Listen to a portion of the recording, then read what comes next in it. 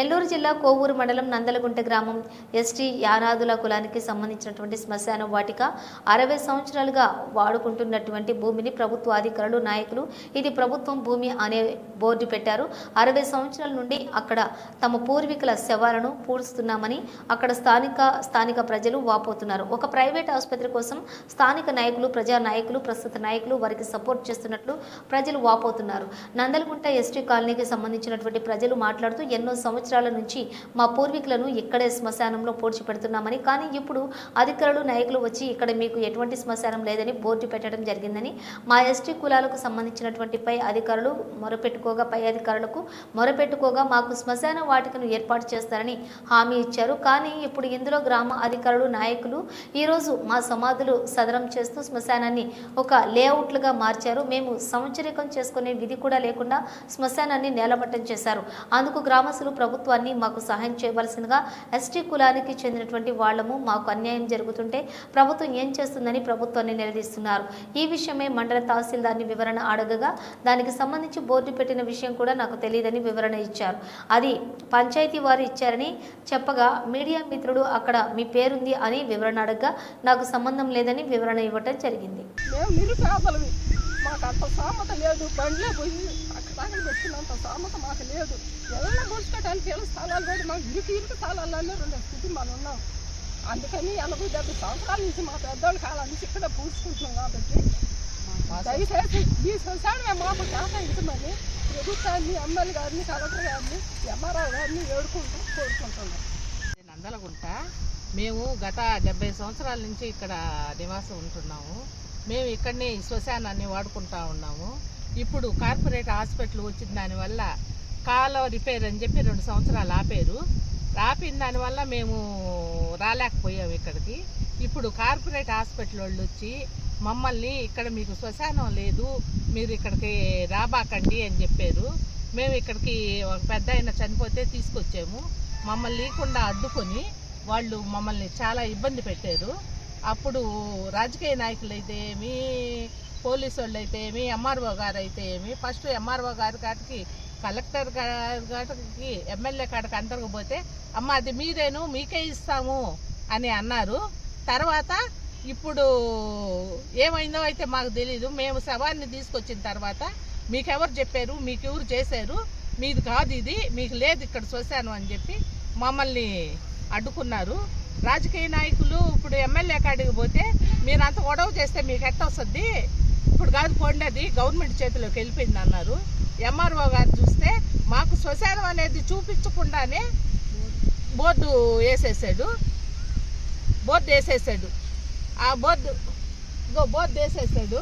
మాకు ఇప్పుడు మేము ఎవరైనా చనిపోతే అదేమంటే కోవూరుకు తీసుకోపోండి అంటున్నాడు. కోవూరుకు తీసుకోపోవాలంటే వెహికల్ ఖర్చులు అయితే ఏమి, మాకు ఖర్చులు అయితే ఏమి ఇంచుమించు 10,000 దాకా అవుతున్నాయి. ఆ 10,000 మేము పెట్టుకునే స్తోమత మాకు లేదు. అందుకని ఎమ్మెల్యే గారికి కానీ, కలెక్టర్ గారికి కానీ, ఆ రాజకీయ నాయకులకైతే, ప్రభుత్వానికి అందరికీ మేము కోరుకునేది మాకు శ్మశానం చూపించండి అని. మాకు ఆ శ్మశానం చూపించకుండానే వీళ్ళు మీకేం సంబంధం లేదని బోర్డులు నాటేశారు. ఏం చెయ్యాలో మాకు అర్థం కాక మేము చాలా ఇబ్బందులు పడుతున్నాం. కలెక్టర్ కాడికి పోతే అమ్మ ఇది మీదే అన్నాడు. కానీ తీరా చూస్తే ఇక మీకు ఎక్కడుంది ఇక్కడ శ్మశానము అని మమ్మల్ని అడ్డుకుంటా ఉండరు. దయించి ఎమ్మెల్యే గారికి అయితే ఏమి, కలెక్టర్ గారికి అయితే ఏమి, ఎంఆర్ఓ గారికి అయితే ఏమి మాకు శ్మశానాన్ని చూపించమని మేము అందరినీ వేడుకుంటున్నాం. మా శ్మశానం మాకు ఇవ్వండి. అది సదనం చేసేస్తుంది. ఇప్పుడు సదనం చేసిన దాన్ని మాకు ఇవ్వకుండా వాళ్ళు అడ్డుకుంటా ఉండరు. మాకు శక్తి లేదు, కోవూరుకు తీసుకుపోయి శవాన్ని దానం చేసుకునేది మాకు శక్తి లేదు. మాకు కొడుకులు ఉన్నాం.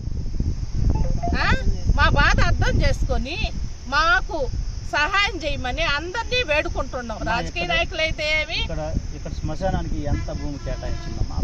అంటే మామూలుగా ఎంత ఉండొచ్చు? మా 13 సెంట్లు 13 సెంట్లు డొంకపోరంబోకు ఎంఆర్ఓ గారు మాకు సర్వే చేశారు. కాలువ పొరంబోకు వచ్చి ఒక 13 సెంట్లు.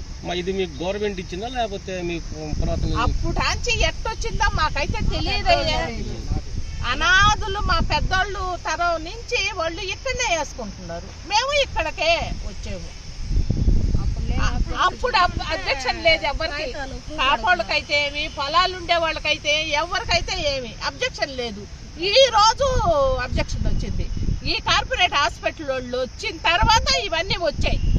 అంతకుముందు ఇవంతా లేవు. ఎవరు అడ్డం చెప్పేది లేదు, మాకు ఏం చేసేది లేదు. సంవత్సర కాలం చేసుకుంటారు కదా, ఇప్పుడు సమాధులన్నీ నేలమట్టం చేశారు. ఇప్పుడు మీ సమాధులు ఎక్కడ ఉన్నాయి మీకు మాకే అర్థం కాల. మేమేం చేసుకునేమో, మేము ఇప్పుడు ఏం చేసుకోవాలన్నా కూడా మేము ఇక్కడనే కర్మంతరం చేసుకోవాలన్నా ఇక్కడనే చేసుకునే వాళ్ళవి, చిన్నదనం ఇక్కడనే చేసుకునే వాళ్ళవి, అంతా ఇక్కడనే చేసుకునే వాళ్ళవి. ఇప్పుడు ఎక్కడ పెట్టుకోవడానికే ఏడు పెట్టుకుంటావు, పెట్టుకునేదే లేకుండా అయిపోయింది. అందుకని మేము మా శ్మశానం మాకు కావాలి అని అడుగుతున్నాం. మేము దయచేసి మాకు మా శ్మశానాన్ని మాకు ఇవ్వని మేము అందరినీ ప్రాధాయపడుతున్నాం. ఇంకా ఇళ్లల్లో ఇక్కడ ఇయ్యలేదు అంటే మా ఇళ్లల్లో మేము పూడ్చుకోవడానికి కూడా మాకు స్థలాలు లేవు. మా ఇళ్లల్లో మేము పూడ్చుకోవడానికి మాకు అట్టు కూడా స్థలాలు లేవు. మా ఇళ్లల్లో మేమేం చెప్పాము, కాల్చేదానికి డబ్బులు కట్టాలా, మేము డబ్బులు కట్టుకోలేము. మా వాళ్ళు అదిగాక పెద్దోళ్ళు మమ్మల్ని కాల్చొద్దు, మమ్మల్ని పూడ్చిపెట్టండి అంటున్నారు. అక్కడ పూడ్చిపెట్టుకోవడానికి లేదు, ఇక్కడనే మేము పూడ్చిపెట్టుకుంటుండేది. ఇక్కడ నుంచి ఇంచుమించు మేము 70-80 సంవత్సరాల నుంచి ఇక్కడనే ఉన్నామయ్యా. నేనైతే ఇక్కడనే పుట్టే ఇక్కడనే పెరిగా. మా వాళ్ళు ఇక్కడికే, నాకు తెలిసినప్పుడు నుంచి ఇక్కడనే. ఈ రోజు కొక్లేరు వచ్చి మీరు తవ్వి చూసినా కూడా మీకు ఎముకలు కనపడతాయి. అది చేయకుండా ఇప్పుడు మమ్మల్ని ఇక్కడ ఇబ్బంది పెడతా ఉన్నారు. దయించి రాజకీయ నాయకులైతే ఎమ్మెల్యే గారికి మేము మరీ మా శ్మశానం ఎన్నో ఏళ్ళగా మా పెద్దోళ్ళ తరాల నుంచే ఉంది. దాన్ని వేరే వాళ్ళు ఇప్పుడు ఇక్కడ వేసేదానికి లేదని అది హాస్పిటల్ వల్ల వాళ్ళు మమ్మల్ని ఇక్కడ రానికుండా చేశారు. మేము ఇక్కడ శవాన్ని తీసుకొచ్చినా వాళ్ళు కూర్చేదానికి లేదని మా మీద దౌర్జన్యం చేశారు. తవ్విన గుట్టను కూడా కూర్చొచ్చి శవాన్ని తీసుకొని మేము వెళ్ళిపోకుండా తగలబెట్టించారు. మా శ్మశానం మాకు కావాలని అందరినీ ఏడుకుంటున్నాం. ఇది చూసిన వాళ్ళు ఎవరైనా కూడా మాకు న్యాయం చేయాలని కోరుకుంటున్నాం ప్రతి ఒక్కరిని.